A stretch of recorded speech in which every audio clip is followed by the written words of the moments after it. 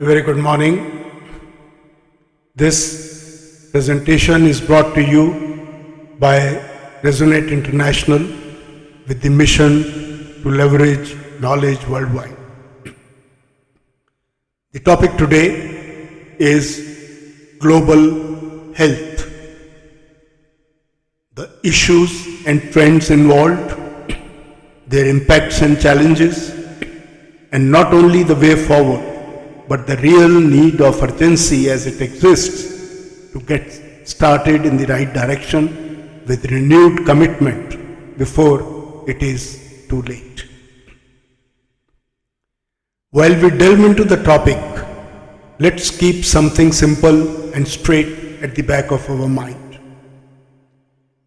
We, as humans, are designed and programmed by nature to be healthy, and by virtue of being healthy, to be happy and prosperous in our lives. Obviously, being healthy is therefore the key. The good part is that we all know it and understand it very well. Still, the challenges before the humanity on this front remain enormous. Reasons are many and explanations are in plenty. However, it is essential to find key answers, as in these answers only lies the human wellness on which then depends the health of our planet also, the only habitable place we have for us and our coming generations to live and thrive on at present and in future, along with our flora and fauna. It is of paramount importance, therefore, that in an era where health transcends borders and affects every facet of human life, we give the issue of health and wellness for all a topmost priority and attention which it truly deserves. Undoubtedly, we need a healthier and equitable world. Let's assess the 4 key pressing issues involved and their trends for a clearer and better understanding where we have to really look at. The first is non-communicable diseases such as heart diseases, cancer, diabetes, which are now the leading causes of death globally. According to the World Health Organization, such NCDs account for 71% of all deaths worldwide, equating to 41 million people, with cardiovascular diseases alone responsible for 17.9 million deaths annually.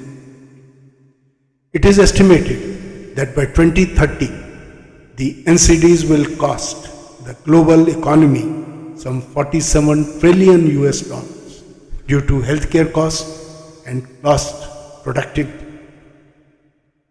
The rise in NCDs is closely linked to lifestyle factors such as poor diet, lack of physical activity, tobacco and alcohol consumption, etc. The second issue is, despite significant progress, infectious diseases remain a critical concern. The COVID-19 pandemic highlighted the devastating impact of infectious diseases on global health and global economies.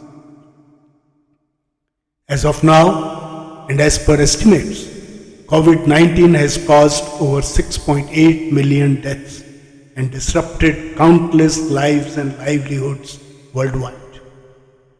Other infectious diseases such as HIV, AIDS, tuberculosis, and malaria continue to pose significant health threats, particularly in low and middle income countries. 38 million people are living with HIV and 6.9 lakhs are dying every year because of it.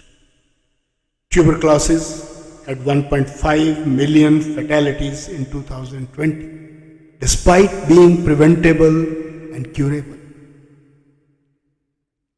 The third issue is mental health. These issues are on the rise globally and have been further aggravated by the COVID-19 pandemic. The WHO reports that depression affects over 264 million people worldwide, and suicide is the second leading cause of death among 15 to 29 years old, with 8 lakh suicides reported every year. Mental health conditions are often unreported, underdiagnosed, and undertreated, leading to significant social and economic impacts. Mental health conditions account for 14% of the global burden of disease, but receive less than 1% of many countries' health budgets.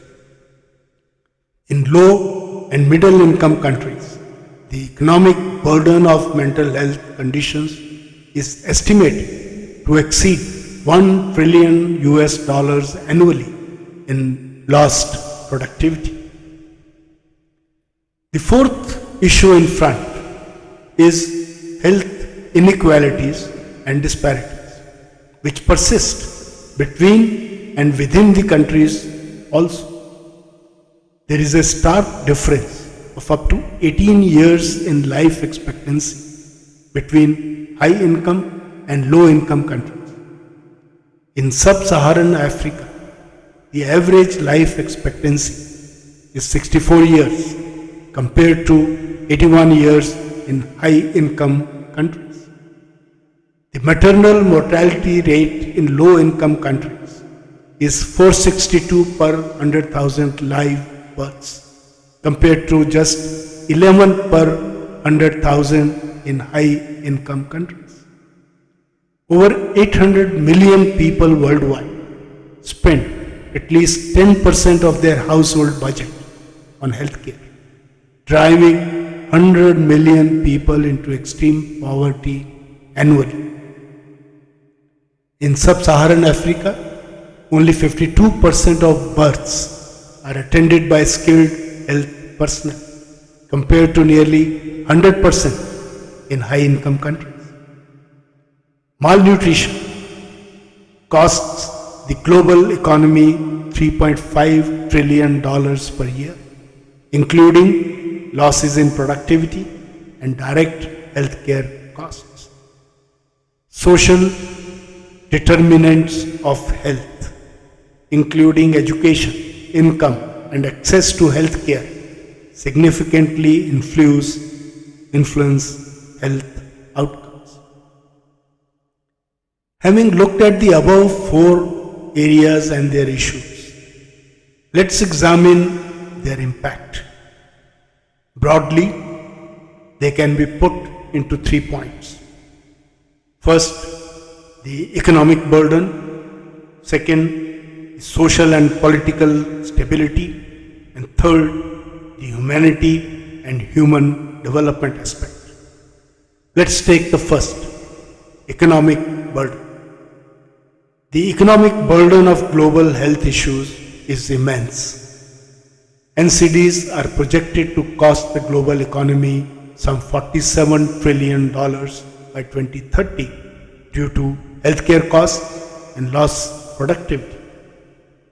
The COVID-19 pandemic alone is estimated to have caused a global economic loss of some $28 trillion over 2020-2025 period.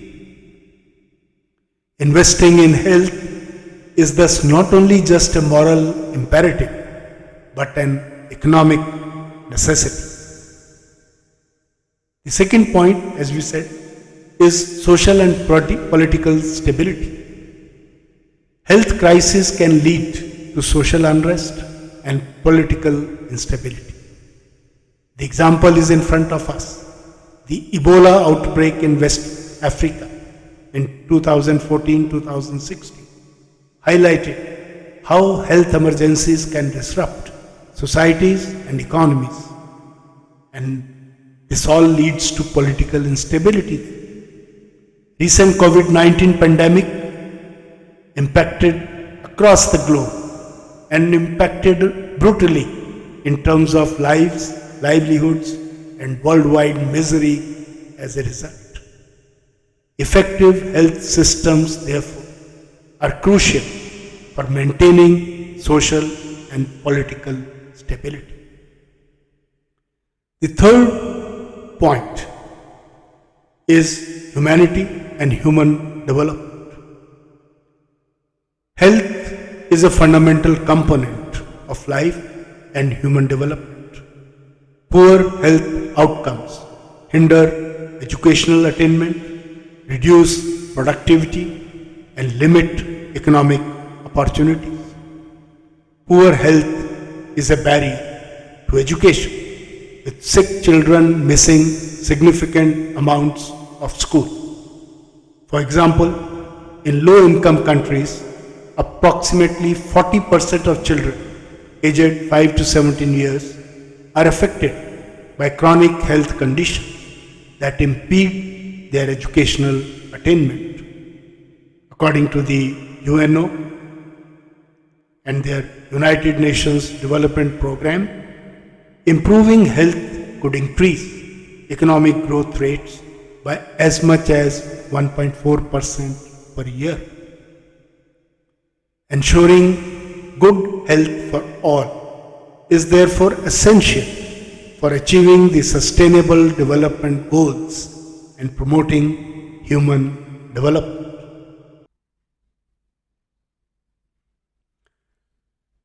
Since above issues and their impacts are widely visible and known, but still they continue to exist, obviously there must be compelling challenges to deal with them. Let's examine these so that we can then think about our way forward afresh. The first challenge is effective global health governance, which is essential and the first basic requirement for a coordinated response to health challenges which are global in nature. However, fragmentation and lack of coordination among international health organizations can impede efforts.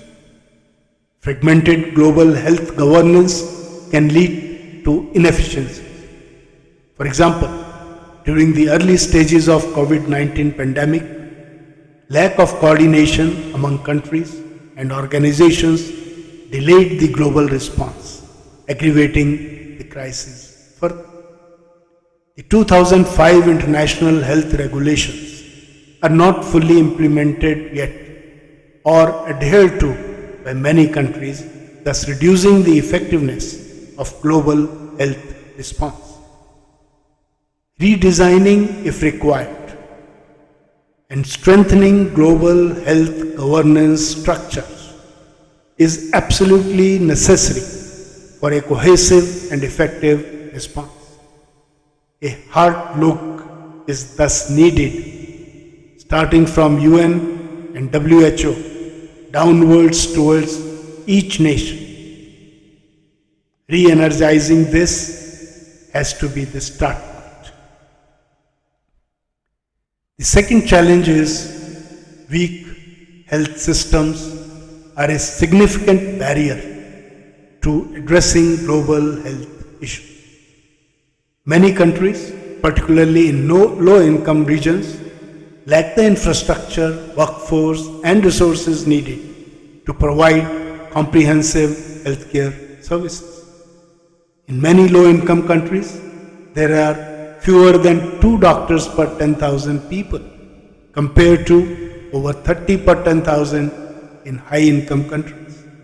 According to the WHO, 400 million people lack access to essential health services, highlighting the need for stronger health systems. Strengthening health systems, therefore, is crucial for effective disease prevention and management. It is the second urgent priority, therefore, to define benchmarks related to systems requirement which each nation has to adhere to under international governance and supervision. The third challenge is adequate funding and efficient resource allocation are critical for addressing the global health issues. However, many health systems face chronic underfunding and resources are often not allocated equitably. Global health spending is uneven, with high-income countries spending on an average $4,000 plus per person on health each year, compared to just $40 per person in low-income countries per year.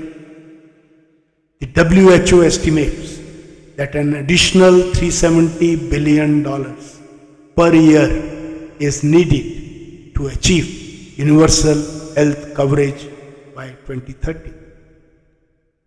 Investing in health infrastructure is crucial. For instance, the Global Health Security Agenda estimates that strengthening health systems in low-income countries could save 10 million lives per year. Universal health coverage has the potential to prevent further 8 million deaths per year in low and middle income countries by 2030. Committed financing mechanisms, therefore, and efficient use of the available resources is the requirement. Innovative thinking itself would provide further answers to bridge the gaps wherever they may get identified. The fourth challenge is the health workforce, which is the backbone of any health system. However, many countries face shortages of healthcare workers, particularly in rural and underserved areas. The world faces a projected shortfall of 18 million health workers by 2030, primarily in low and middle income countries. In Africa, there is only one nurse or midwife per 1,000 people, compared to 10 per 1,000 in Europe. Investing in health workforce, education, training, and retention is therefore vital for addressing health challenges. A competent and capable health workforce is critical to successfully lead the big mission of global health. Having looked at all above, a way forward is necessary, and for that, an action plan is being proposed. This is a 10-point approach. 1. Relook at and strengthen the existing global institutions and their worldwide infrastructure, and remodel them if required in terms of competency, capability, and leadership, so that they are able to provide comprehensive and effective governance on global health mission, which should be re-established on the lines of maybe Paris Climate Agreement, setting benchmarks and targets for each country and the world as a whole. The second approach point: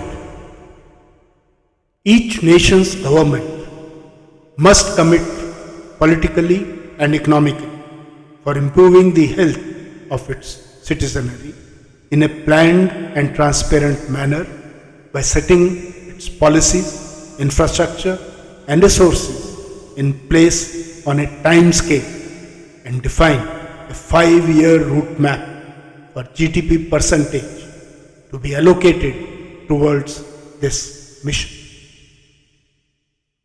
Third, under international supervision, willingly supported by the respective national agencies. Each nation existing health infrastructure must be audited with respect to a minimum standard international benchmark so that the shortfalls can be identified and they can be addressed systematically and transparently in a fixed time frame. The fourth approach point, universal health coverage for all, must be declared as a global health mission with its objectives well defined for every nation, that is, providing access to essential health services without financial hardship. Each nation must then innovatively take this forward with transparent reporting. UHC has the potential to prevent 8 million deaths per year in low and middle income countries by 2030. Investing in health infrastructure is crucial, and this is point number 5. For instance, the Global Health Security Agenda estimates that strengthening health systems alone in low-income countries could save 10 million lives per year. Public-private collaboration, supported by national policies, should be crystallized by each nation and implemented. Best practices around the world should be shared. Sixth approach point is a fresh look and assessment must be taken on global health funds. Strengthening them and creating new financing mechanisms to support critical health initiatives should be worked out and implemented fairly and equitably. Just to look at an example, the Global Fund to Fight AIDS, Tuberculosis and Malaria has saved over 38 million lives since its inception in 2002. That's the power. This shows the impact of such funds and the involved initiatives. The public-private partnerships should get leveraged fully to mobilize additional resources and expertise. Just for information, please, Gavi, the Global Partnership and Alliance, has immunized over 888 million children and has prevented more than 15 million deaths since 2000 by keeping the routine immunization programs running globally, especially in poor countries. The seventh approach point is national and global coordination mechanisms and their accountability frameworks should be audited afresh so as to understand the level of their true effectiveness and relevance to face current and future missions and their challenges with transparency, fairness and timely support being the defined operational benchmarks. They must be able to timely assess every country's capacity to prevent, detect and respond to health threats and similar emergencies. The eighth approach point is a sharper focus must emerge on healthcare workforce and their working systems and their HR policies, with their education, training, compensation, career development pathways, equipment needs, and so on and so forth, both for routine and emergency response arenas, as they are the true change makers on the ground. We all have witnessed this during the recent pandemic. Every nation must look at framing fresh required uniform policies so that the adequacy does not get compromised, nor their ability to get deployed where there is a real requirement. The ninth approach point is Health research and innovation needs a dynamic, fresh push and renewed worldwide coordination and collaboration involving and integrating each and every institution.